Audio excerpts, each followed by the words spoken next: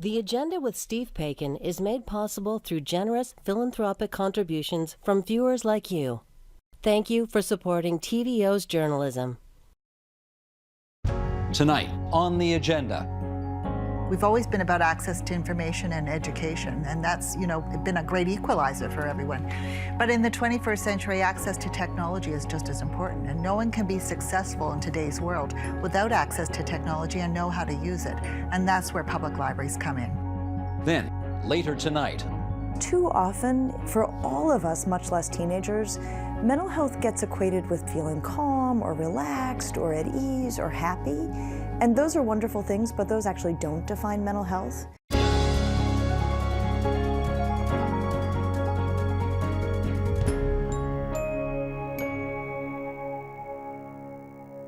If you have set foot in a library in the past few years, you will undoubtedly have noticed that they're not just repositories for books.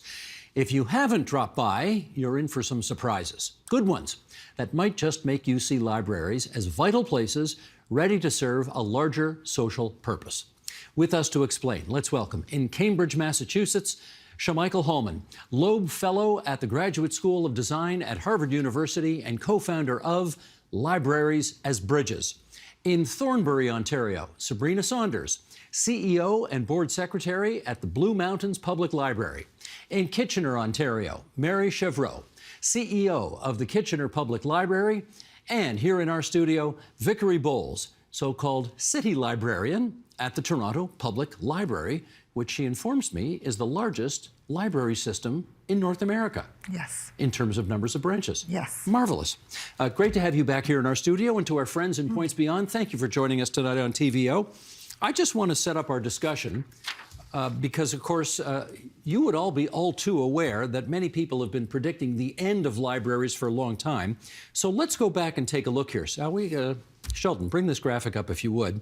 Here is something from 2005 from the MIT's Technology Review, so Shamichael, not far from you, entitled The Death of Libraries. Now that Google has agreed to scan millions of books, can the disappearance of libraries themselves be far behind? They asked. Let's zoom ahead to 2012. This article was in Forbes.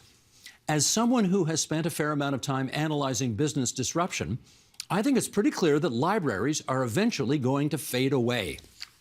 And one more, this from TechCrunch in 2013. The internet has replaced the importance of libraries as a repository for knowledge, and digital distribution has replaced the role of a library as a central hub. This is evolution, not devolution. Okay, Shamichael, get us started on this. What did these predictors fail to understand? Because you're still here. Yeah, we're all still here. I think one of the things that those predictors failed to acknowledge was the individuals who are actually using libraries, the people who come in the library each and every day for a variety of reasons. But I think these individuals also failed to take into account the way that libraries saw themselves in the community and the vital needs and services that the library was providing to their communities. Sabrina, how about you? What did they fail to understand in those predictions? I think they didn't understand that we have been around as a library sector since the days of Alexandria, more than 2,000 years ago, and we keep morphing into what our communities need. Vickery, let me ask you this. If I asked you 25 years ago, what's a library for? You'd say, well, it's, mostly it's a place to store physical books. If I were to ask you to characterize what a library is today, how different would the answer be? Well, and I think what we're thinking about is we used to have, we've always been about access to information and education, and that's, been a great equalizer for everyone. But in the 21st century, access to technology is just as important, and no one can be successful in today's world without access to technology and know how to use it. And that's where public libraries come in. We provide access to technology, we teach people how to use it. We have everyday technology that most of us take for granted, but many people don't have access to. And then we have emerging technologies such as green screens and 3D printers and Mac Pro computers. And so people come to the library to access content, to learn about technology and develop their digital literacy skills, but they also come to create content. So that's a big difference in the 21st century. Mary, if I asked you the same question, the difference between the library of 25 years ago and today, what would you say? I think it's the opportunity to be together, to commune. I think that social inclusion element, there aren't very many places left actually where people can come, gather, create, or just be in society. So that social inclusion component has changed, and we really have been able to develop our programs and services to meet those needs. Shamichael, let me ask you about one of your previous experiences, because I gather you were involved in the redesigning of the Cosset Library in Memphis, and in doing so, you came to Toronto to check out what was happening in this city here. What did you see or learn about here that you brought to Memphis with you?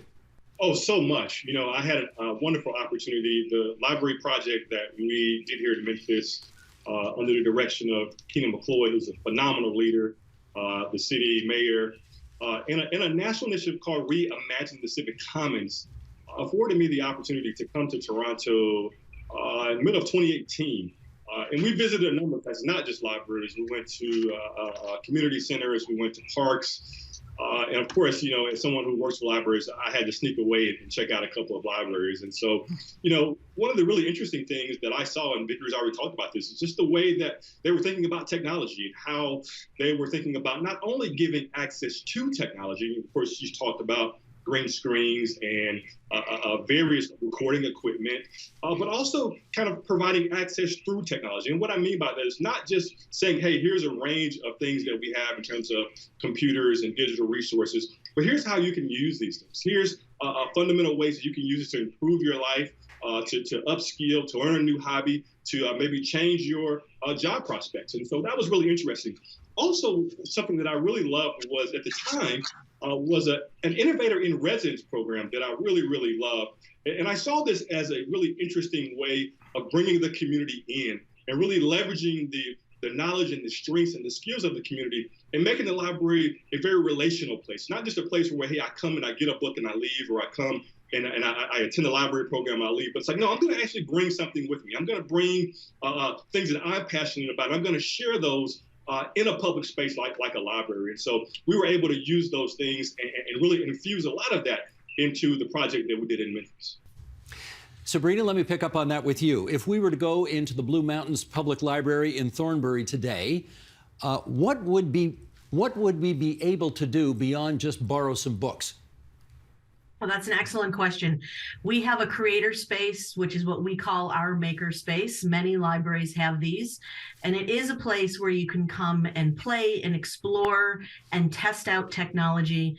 So from little children being able to do animation programs to adults coming in and borrowing our professional videography equipment, whether it's a case where you want to do an ad for your business or you just want to have, a great family event. These are things that you can do in libraries today. Our coding programs are active for all children. And one of the speakers mentioned, these are the skills that we need to build in our citizenry. It's not just about fun and playtime. Sometimes it's a case where you want to test something out before you purchase it. Other times it's the only opportunity you have for economic reasons. But our society is requiring these aspects of digital literacy. So we're building these skill sets in our citizens. So hopefully we're building new job opportunities for adults and certainly making sure that our youth are going to be strong employees of the future.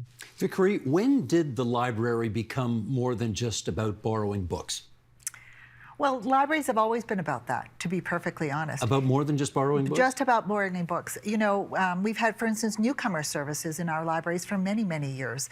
And this is where newcomer agencies come into the library. We have them in about 16 of our branches, and they support newcomers in making their way and integrating into Canadian and Toronto society.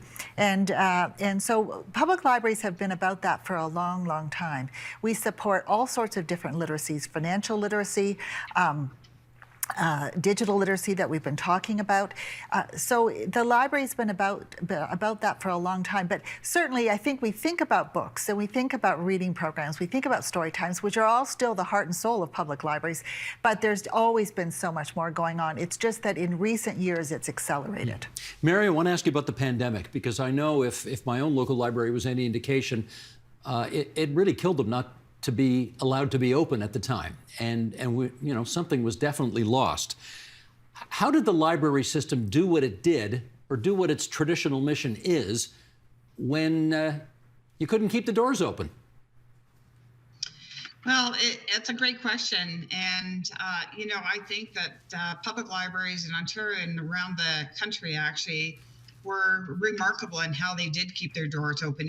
Even if we couldn't physically be in our spaces, we quickly found a way to provide services through curbside pickups. So people could, in fact, still have access to, with the exception of a period of time when everything was shuttered. But libraries were the first to open. We were the first to remain open. We were the first to come back to our spaces. We had programs for, as I mentioned, curbside pickup for content. We really ramped up our digital access in terms of what was available to our communities. And we went as far as calling our senior citizens to make sure that they were okay, because social isolation was a real concern to many of us in our communities, to be able to have at least one phone call from somebody to check in on them meant a lot to our seniors in Kitchener. Let me pick up on that angle with Shamichael, because that's, well, before I ask the question, do I have this right? Do you live down the street from Robert Putnam, who wrote Bowling Alone? Yeah, I am. I'm not too far from You really do? Okay, very cool. Because, that's, of course, a seminal book on the sort of, tragic collapse of so many American communities, and I guess up here, too, as well. And I wonder how you saw it. It was very tough when the doors had to be closed during the pandemic, and that ability to be a community hub for libraries was not possible when we were all shut down. But how do you see the library now as the place where the community can and needs to gather for free to deal with that social isolation that Robert wrote about so eloquently in his book? Yeah, and as others have mentioned, as I'm spending my time here at Harvard this year, thinking a lot about the public library as a site of encounter, as one of the final sort of remaining spaces where people have the opportunity to encounter people who are different than them, right? And the library is achieving that through so many interesting ways. Number one, just as a space, before we even talk about the variety of programs and services that are offered, it is just the space for people to be able to gather, whether that's to come in and grab a coffee, whether it's to sit out in a courtyard and enjoy some shade, just this sort of wonderful space to be. But then on top of that, the library is now layering on lots of different programs that are drawing a variety of people. It's interesting that even though we may have different political beliefs, even though we may be different in terms of faith walks, there are a lot of things that we actually like to do together. People like to knit, people like to sew, people like to code, people like to learn new things. People like to discuss things that they're reading. And all these activities do a wonderful job of bringing people together, right? And this sort of creates a sort of cohesion in which people aren't othering anymore. It's like, oh, I know this person. I know that person. We go to the library together. We attend a program together. And that does a wonderful thing for the social fabric of the community. You are such a messianic and enthusiastic supporter of libraries. There's a great story that you tell, and I want you to tell it here if you would, about how the different generations in Memphis interacted as a result of something you put together. Can you tell that story? Sure, and I must say that this was not solely my idea. We have a wonderful individual at the library named Emily Marks who put this together. But the story of our library is one of access, and I think it's important to note that throughout the history of the library, there's always been a group of people who have either explicitly or implicitly not felt as welcomed as they should. And in Memphis, of course, it's well documented that for a number of decades, Black people had very little access, limited access to the library system. And that changed in the late 50s with a lawsuit, and a few years after that with a variety of sit-ins that happened in the system. And we were able to, through the library project that we did, able to find many of the individuals who participated in the 1960 demonstrations. Many of them were still in Memphis, and they had very vivid stories. They had pictures of what it was like to step into these spaces. They had stories of what it was like to be arrested for stepping into these spaces. And we wanted to make sure that that history wasn't lost. We wanted to make sure that we honored those individuals. And thanks to the vision of the mayor, we were able to not only do a mural of the space, but we were able to bring these individuals into the library and connect them with middle and high school students who were not too far from the library. And it was a really powerful moment for these very young students to see, oh, wow, there's history here. There are individuals here who had to fight, who had to struggle for access to the things that I'm not able to do in this library. And for the seniors, for those individuals who did the sit-ins, it provided them a wonderful opportunity to be able to share why they thought it was important to make sure that the library was a place where everyone was welcome, where everyone felt like they could come in the doors. Brilliant. Sabrina, I want to follow up with you on this. Is it fair to say that it's not always the well-off and the not-so-well-off who are snuggling up together at the library? There's maybe more separation there than people who run libraries would like to think. In other words, well, you know what I'm getting at. Could you speak to that? Certainly, we definitely cater to all aspects of our society, the haves, the have-nots. They're all here in our doors, and they are interacting. And it's a place where diversity and equity is active in one place in our society. It isn't a case that, we're not serving people that we would normally see out on the streets and not having those access. They are welcome here. They are a important part of our society and an important part of our programs and our services that we provide. So many of our libraries have gone one step further and started to look at social justice activism within the library. So whether it's a case of our social workers being present, our programs tailored toward people who need those types of services, or it's just our own staff who are being trained on mental health, wellness, and other aspects, that we're that first line of defense for many people. Vickery, the library is involved in so many issues, including, I gather, food insecurity. How is the Toronto library system involved in that? Well, that started with the pandemic. And so when we closed 3 years ago, like everyone else, we had 100 branches closed. And at the same time, we heard through our city that there was this real crisis with food banks, and they had lost volunteers because many of them were seniors and they had to stay at home, and they had lost their places to operate their food banks. So we worked with North York Harvest and Daily Bread and some other partners, and we opened up 12 of our branches as food banks. We asked our staff who are at home if anyone wanted to volunteer to work in those food banks in the branches, and within minutes, literally, we had all the volunteers we needed. The staff were so keen to get out there and help people. And we used our book distribution center for food distribution. We got all the books out of there, and we used it for food distribution. And now today we have 2 branches, still with food banks with North York Harvest in the parking lot in shipping, jazzed up shipping containers. And people are being served wonderfully. And this partnership has led to other programming on nutrition, on building gardens and teaching people how to garden and what food, when you grow food, what it looks like and how you harvest it.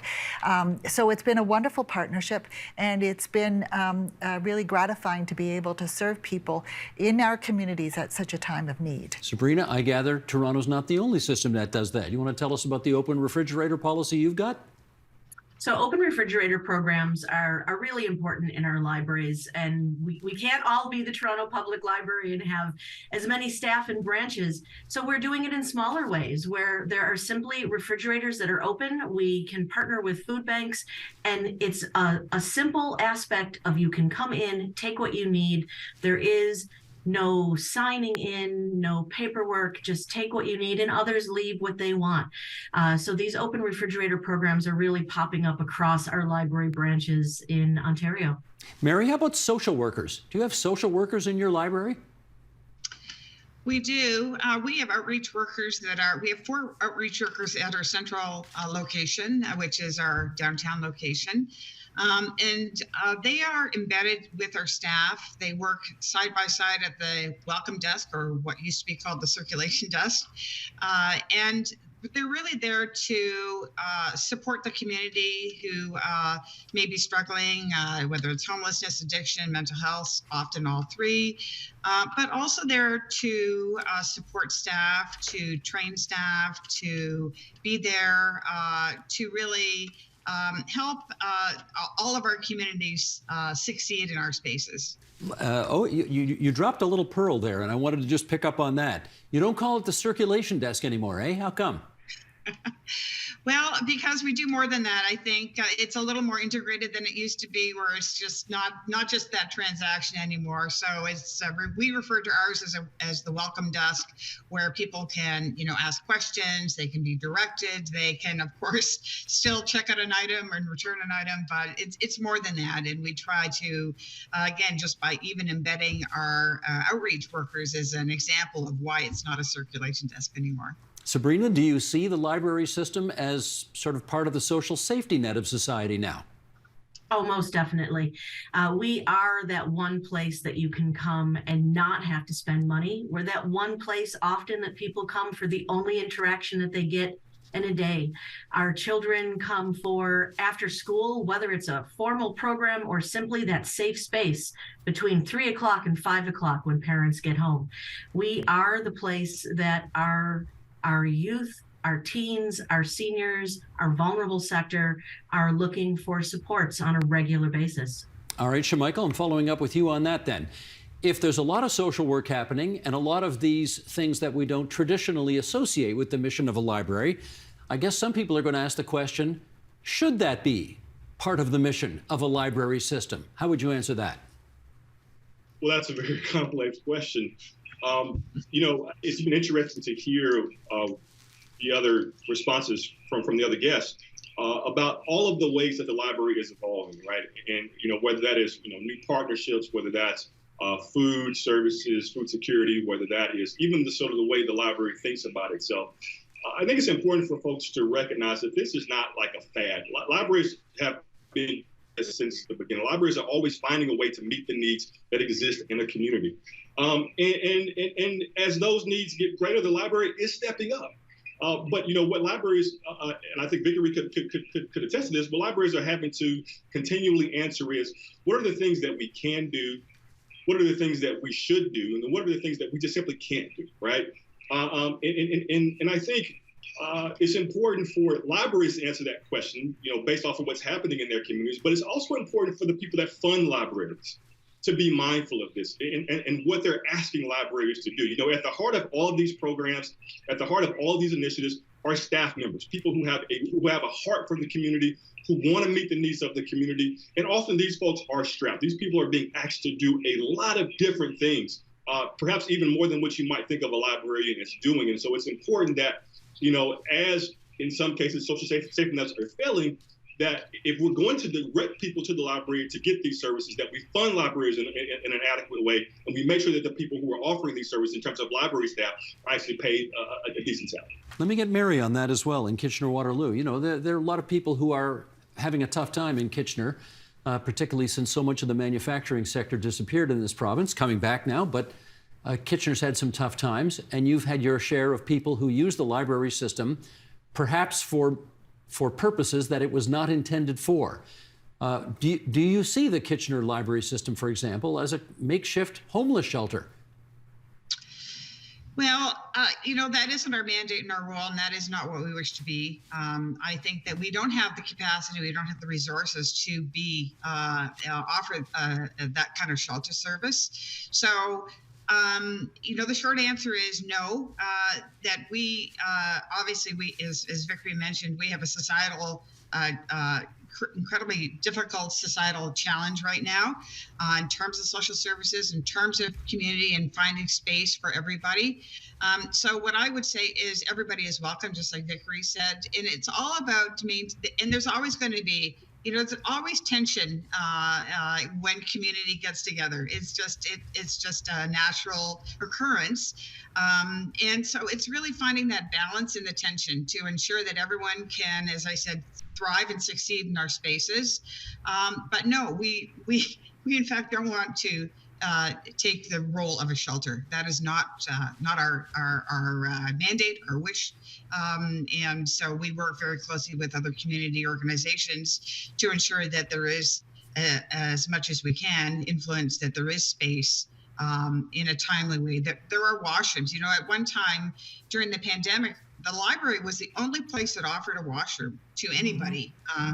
Everything else was closed. So, you know, working with other community groups to ensure that some of these services are available is really important, and a role that probably none of us expected to be in, but here we are. Shamichael, let me get you briefly on that as well. You mentioned that there are things that the library system shouldn't or can't do. Would being a shelter for homeless people be on that list? You know, again, I think, you know, as has been stated, it's important for the library to be viewed as a space where everyone feels welcome, and for us to be able to offer that welcome without judgment. And we have to recognize that, you know, some of the individuals who meet that, you know, who need that are individuals who are experiencing homelessness, right? And I think it's important for us to not stereotype that one group of people. As has already been said, that there are a range of things that are happening there. There are people who are experiencing homelessness because of pay, right? Like they're not getting a living wage. There's some people who are experiencing that because of their mental health issues. There are some people who are experiencing that because maybe they served the country in the armed forces and they didn't get the treatment that they needed. There are a lot of different things that are happening there. And sometimes I think we sort of lump everyone into sort of this one category, this sort of negative stereotype of that's not helpful for community dialogue. And so I think libraries have and will continue to do everything they can to be able to be a place that's welcoming for everyone. And as you said before, Steve, you know, that is challenging. It is challenging when you try to bring lots of different people from various backgrounds together. I'll share a story with you that I think may be very interesting. One of the individuals who frequented our branch, he was one of the first people that would walk through the doors as we opened up every morning. One day I found out that this gentleman, you know, who was experiencing homelessness, I discovered that he had a talent to draw, that he could pick up any book in the library and glance at that book for just about 5 minutes and go sit in a corner with a number 2 pencil and draw something worthy of being in any art museum in North America. And I said, hey, man, what might it be like if you taught a class? What might it be like if we sat you down with people who want to learn how to draw, learn how to sketch? He said that's wonderful, right? And so now we began to help other people see that, hey, this is not a group of people that is just a problem to solve, but also a group of people to be understood and to be loved and to be acknowledged as whole humans as they are. Gotcha. We've got a few minutes left here, and I want to put an even more controversial issue on the table. And Vickery, you know all about this because you found yourself in the eye of this storm not too long ago. Mm-hmm. You know, free speech. Yes. And the library, and how the library sees its role in either promoting or curtailing free speech. Mm-hmm. There are controversial speakers, and some people don't think that they ought to be allowed to rent a room and give a public address in a library. You thought differently. How much trouble do you get into on that? Well, it was very controversial, as you said. There's a lot of discussion, lots of media coverage. Certainly, you know, a lot of protests against the decision in Toronto and discussions with our staff as well. But, you know, the public library is a democratic institution. And for years, we support literacy and a literate population and free and open access to a diversity of information and ideas. And we protect intellectual freedom and personal privacy, and we preserve the past. And what we're seeing in today's world are more and more challenges to our democratic values and freedoms, including free speech. And the public library, intellectual freedom and equity are two mutually reinforcing principles that are core to our values at the public library. So it's very important, even more important today than ever before, for us to stand up for those values. And what we're seeing in libraries across the United States in particular, but it's also happening here in Canada, are these book bans. And it's become politicized in the United States with state legislatures making laws to ban books and to take books out of school libraries and public libraries. And it's targeted at the LGBTQ plus community and at race and racialized communities and content. And it's a very serious situation. We have drag queen story times in Canada that are being challenged, and people are protesting against them and demanding that they be canceled. This is a serious issue for us in a democracy, and it's really important for the public library to stand up for our democratic values and freedoms, for intellectual freedom, for free speech and expression, and it's becoming more and more important in today's world. Let me get Sabrina on this as well. You know, Sabrina, there are lots of people around us who are watching or listening to this right now who think that legal speech, which may be controversial, ought not to find itself hosted at a local public library. What do you say? I completely agree with Vickery on this point. We stand up for intellectual freedom and free speech. What you personally believe and what you personally feel doesn't matter on that. Sometimes we have to stand up for things and books and materials that personally we find offensive, but it's because we have to uphold speech and intellectual freedoms. So it is at the core of what we do. Mary, how about you? Yeah, ditto here. We feel very strongly that we need to stand up for free speech and intellectual freedom. And I think that it is divisive, certainly what we're seeing south of us, and a little bit here too.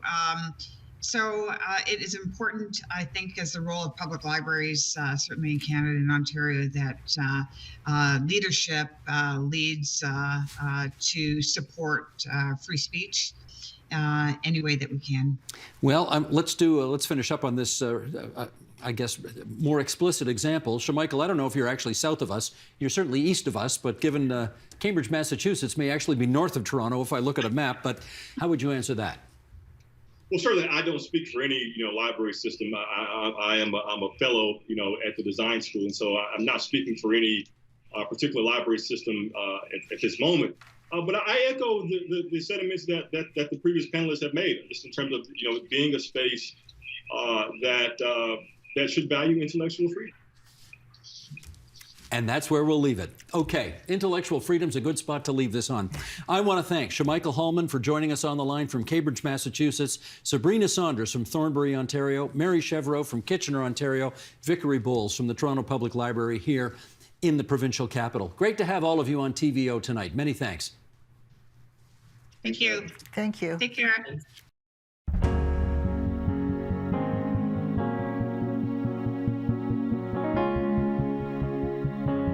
Every teenager is, of course, different, but it's close to a universal given that life between the ages of 13 and 20 can be absolutely tumultuous for everyone involved.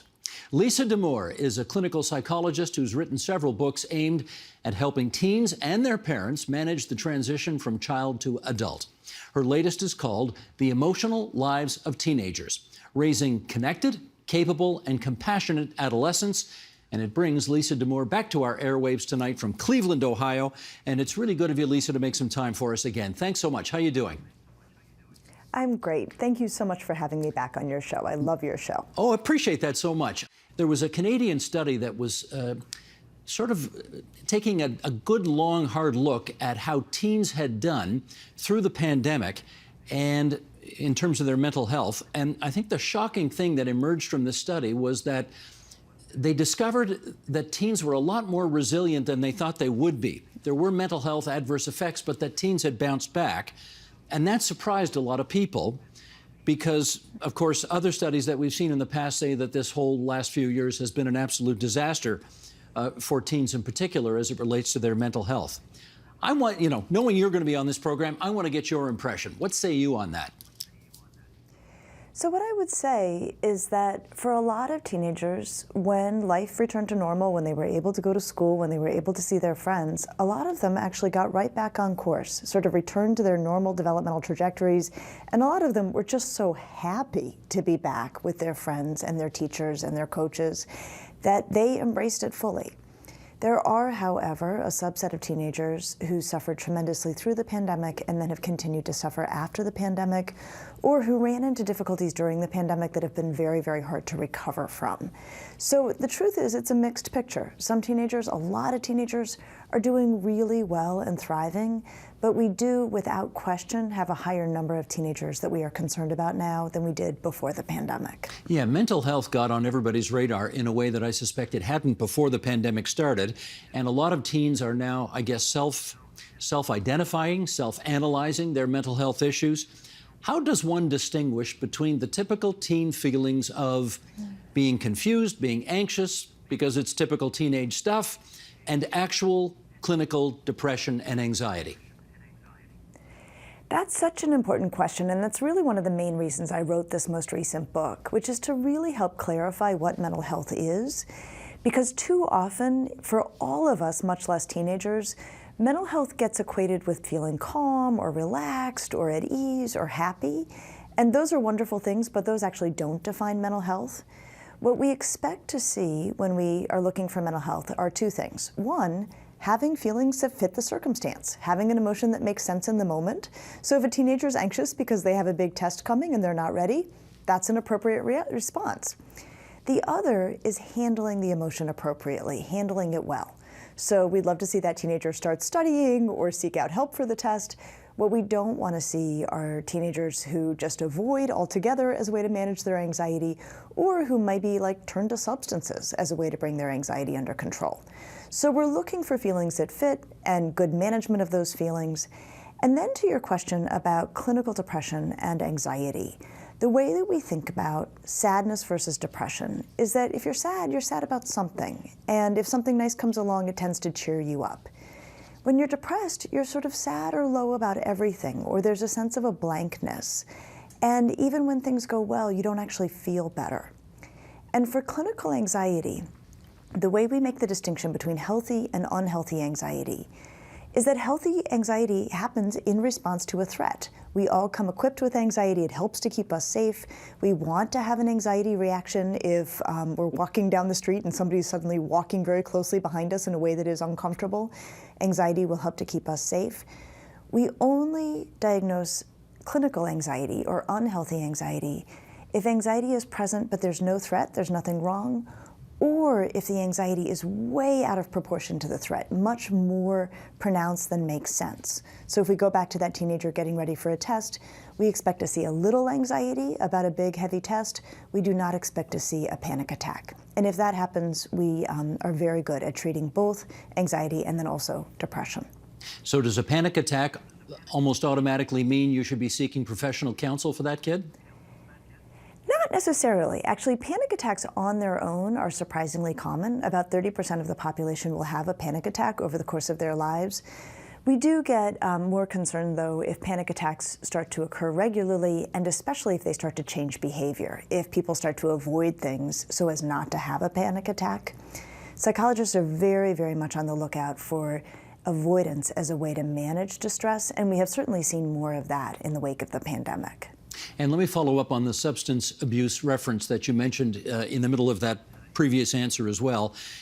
Does the revelation that your child may be abusing drugs or alcohol, again, automatically mean you should seek professional assistance for that child?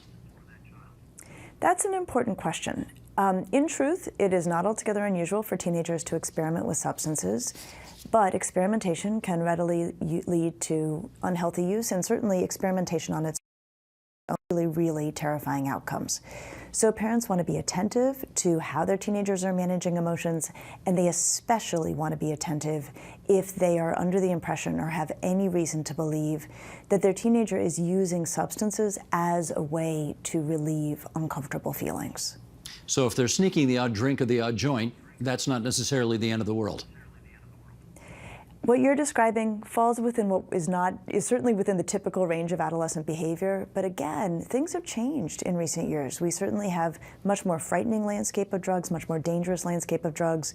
So the key on this is for parents to be having good conversation, open lines of communication with their teenagers about substances, about keeping themselves safe, really at any level. But in truth, it is not altogether unusual for teenagers to do some experimentation. Again, safety is the key. Mm-hmm. You know, I can't imagine there's a parent watching us now who has not experienced some kind of extreme behavior. They've witnessed extreme behavior by their teens. But I bet there are lots of teenagers who have witnessed extreme behavior by their parents as well. So can we establish off the top, is teenage extreme behavior, generally speaking, worse than adult extreme behavior? It's interesting. Teenagers are in the middle of a pretty fabulous and intense neurological renovation. Their brains are actually overhauling. And the nature of this renovation is that it upgrades the brain. It makes the entire brain faster, more efficient, more powerful. And for teenagers, this process unfolds in the way that the brain developed initially, which is from the lower order regions where the emotions are housed, up to the higher order regions behind the forehead where perspective maintaining is housed. And what this means is that when teenagers become upset or activated, excited, their feelings are really, really powerful and really, really intense, and can, in fact, outmatch their ability to have a good sense of control or perspective. We generally expect this to see this kind of come into balance by about age 24. And so typically, adult reactions to powerful emotions are a bit more regulated than adolescent reactions to powerful emotions. That said, I would say one of the hardest things about the pandemic for teenagers is just as they were going through something incredibly difficult, so were their families, so were their teachers who care for them. They were themselves really struggling, and everyone who constitutes their support system was also struggling. So that is part of what made this such an incredibly hard time. Mm-hmm. Emotions have long been seen as the enemy of reason. And I want to ask you whether you believe that to be the case. Well, most of the time that is not the case. The way that psychologists regard emotions is that they're fundamentally informational. They are data about how our lives are going. And we want to tune into them, both the positive and the negative, for feedback on our choices, on how we're moving along in our lives, and to really use both negative and positive emotions as guidance for what we want to do less of or more of. Now, for teenagers, every once in a while, emotions can get the better of their reasoning. And the way psychologists think about this is in terms of what we call cold and hot reasoning. So cold reasoning is the kind of reasoning that teenagers do when they are in situations that are not charged by social or emotional factors. So this might be, 4 o'clock in the afternoon on a Friday when they're talking with their parent, and the parent asks, what are the plans for tonight? What are you going to do? And the teenager may say, I'm going to this party, but I don't intend to drink. And the teenager in that situation almost always means it. But what we know is that for teenagers in particular, when they get to the party, hot reasoning can take over. This is a different way that they think. It is very much informed by wanting to be connected socially or by, revved up emotions. And so once they get to the party, if someone they like offers them a beer, they may very well drink that beer. So what parents need to do as they are talking with teenagers, especially about safety, especially about making plans, is under cold conditions, those afternoon in your kitchen conditions, we want parents to help teenagers make plans for hot conditions. So the teenager says, I'm not going to drink, that's not my plan. And the parent says, that's terrific. Okay, what is the plan if you get to the party and that kid you have a crush on offers you a drink? What are you going to do then? And really try to think it through. This will not guarantee that the teenager is going to make the right choice, but it is much better for teenagers in hot conditions if they are not trying to figure things out on the fly. Now, I'm not going to pretend for a second this is not a question, this next question, that is out of the mouth of a parent as opposed to a kid. So I admit that bias right up front here. Here's the question. Why are teenagers so mean to their parents?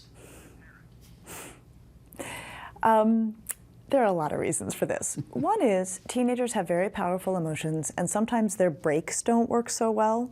So it's not altogether unusual for teenagers to say something that is unkind and to regret it as soon as they've said it, but it's out of their mouth and there's nothing they can do.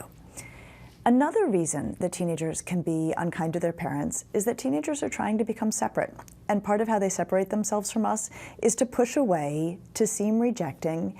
And the key in this is for parents to not take it personally.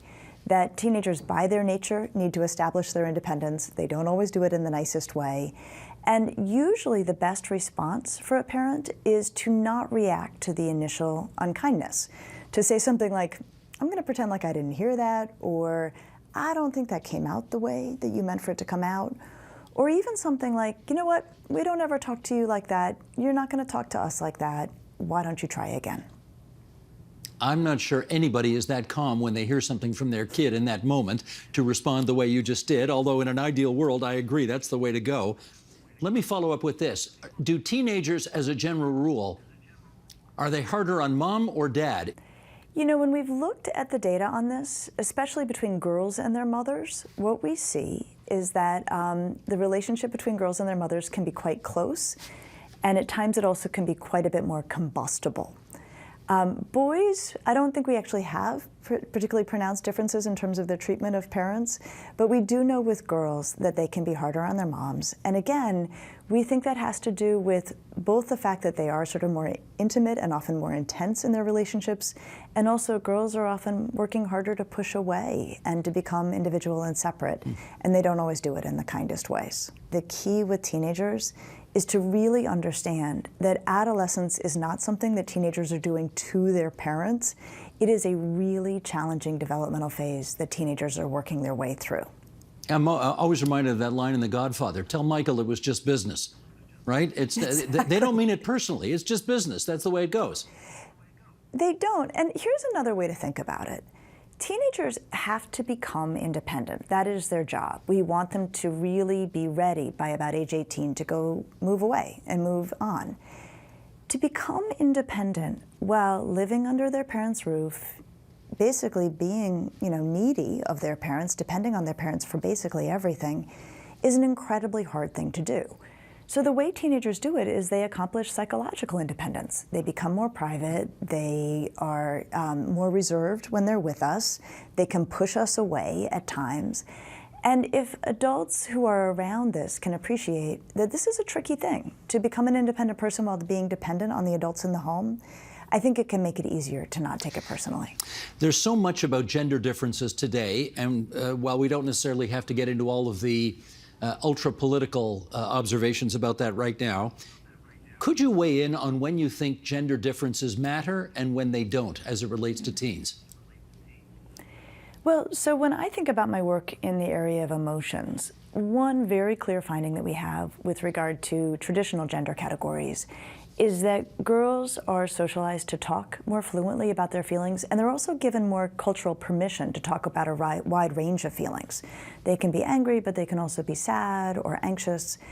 Boys, on the other hand, are generally socialized not to be very expressive about emotion, and to the degree that they are allowed emotion in sort of cultural context, they tend to usually only be allowed to be angry, to express anger, or, among other boys, to express pleasure at someone else's expense. So not particularly pleasant emotions and also a very narrow range. So as adults, what we want is to raise kids of any gender who are comfortable expressing a wide range of emotions. And one thing I think that can make a big difference is, especially for boys, is if the men around them are able to talk more fluently about their own emotions and also to ask boys about their feelings. One thing that became clear to me as I was working on this book is that when boys, and it's usually around, age 12, 13, 14, when they're really working hard to consolidate a sense of masculinity, a lot of boys can decide that feelings are for girls, or talking about feelings is for girls. And then, if they happen to live in a heterosexual two-parent household, if the only person who is raising conversations about feelings is their mom, that may be really well-meaning. It also may prove their point. It may confirm that for them that talking about feelings is a female thing to do.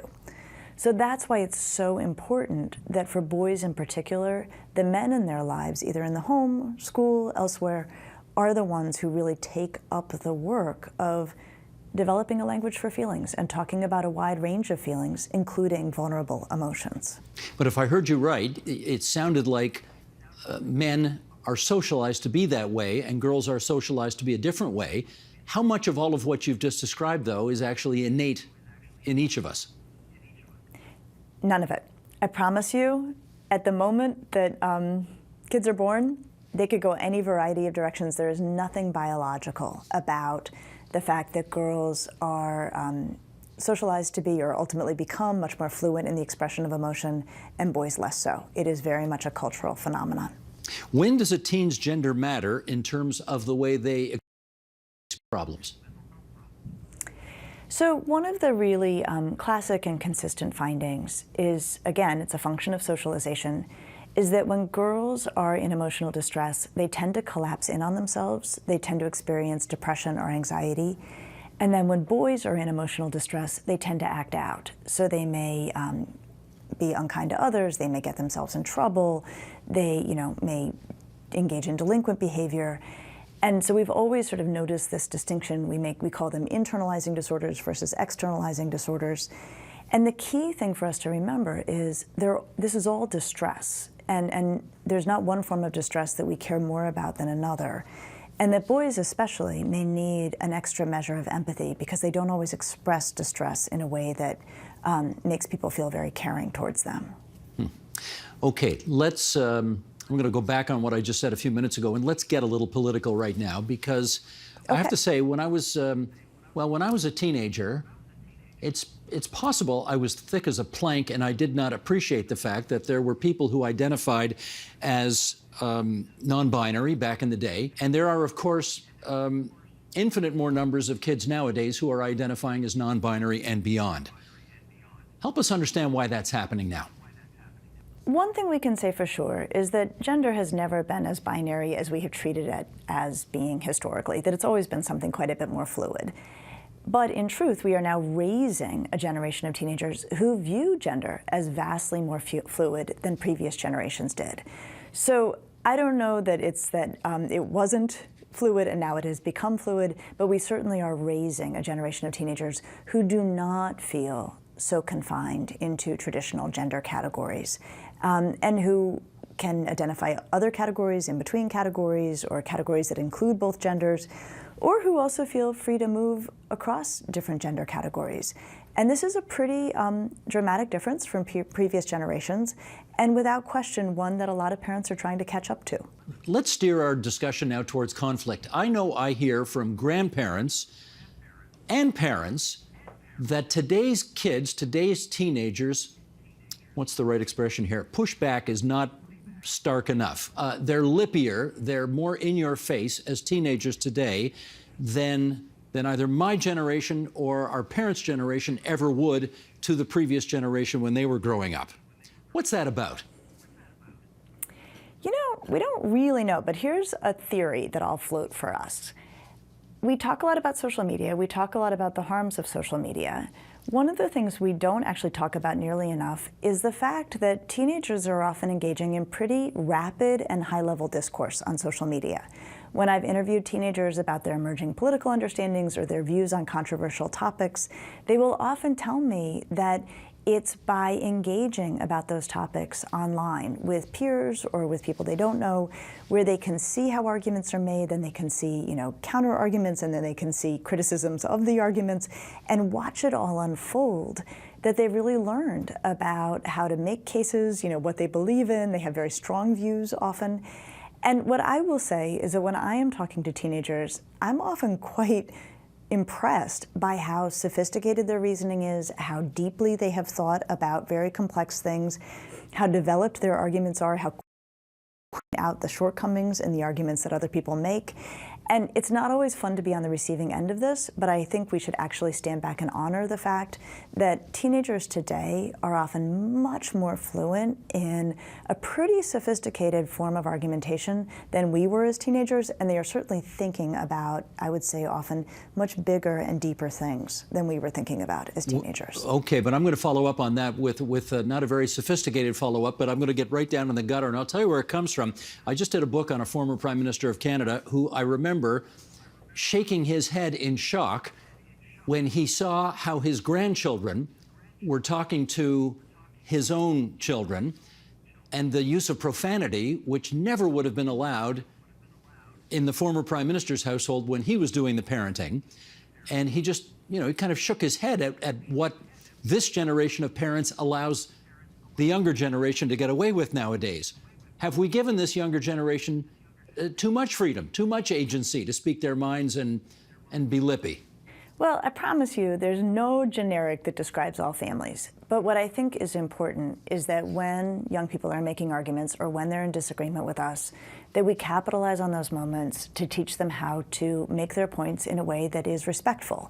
And there's a couple of reasons for them to do that. First of all, it's just generally a good thing to be respectful. Second of all, it's actually how you get taken seriously.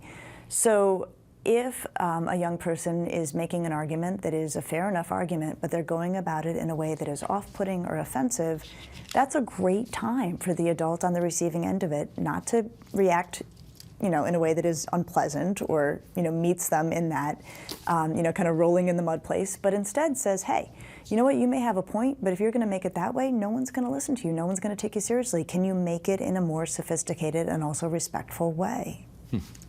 Okay, Lisa, there's so much in this book, and I'm, we could talk for hours here and still not get through all of it, but I do want to ask you just one final question, and that is there anything I have not asked about so far that I've missed that you think is really important for, I guess, parents and teens who are watching this right now? What I would say is that if we move toward the definition of mental health that I proposed at the beginning, that feelings, are going to happen. Distress on its own is not evidence of a mental health concern. In fact, it can often be signs that the person is working perfectly, that we really focus instead on how emotions are managed, not whether they are positive or negative. Then it really gets us into an interesting conversation about how we manage emotions. And the way psychologists think about this is you don't prevent distress, you don't get rid of it quickly, but you can regulate it.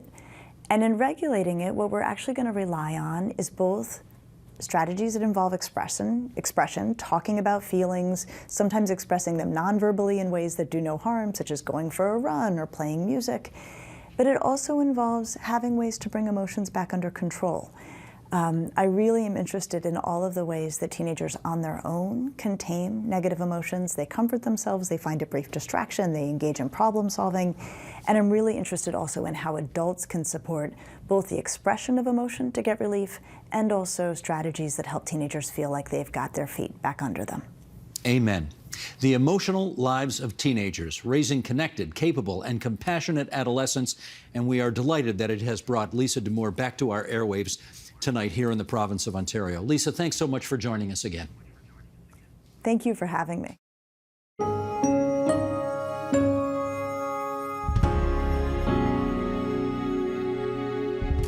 Tomorrow on the agenda.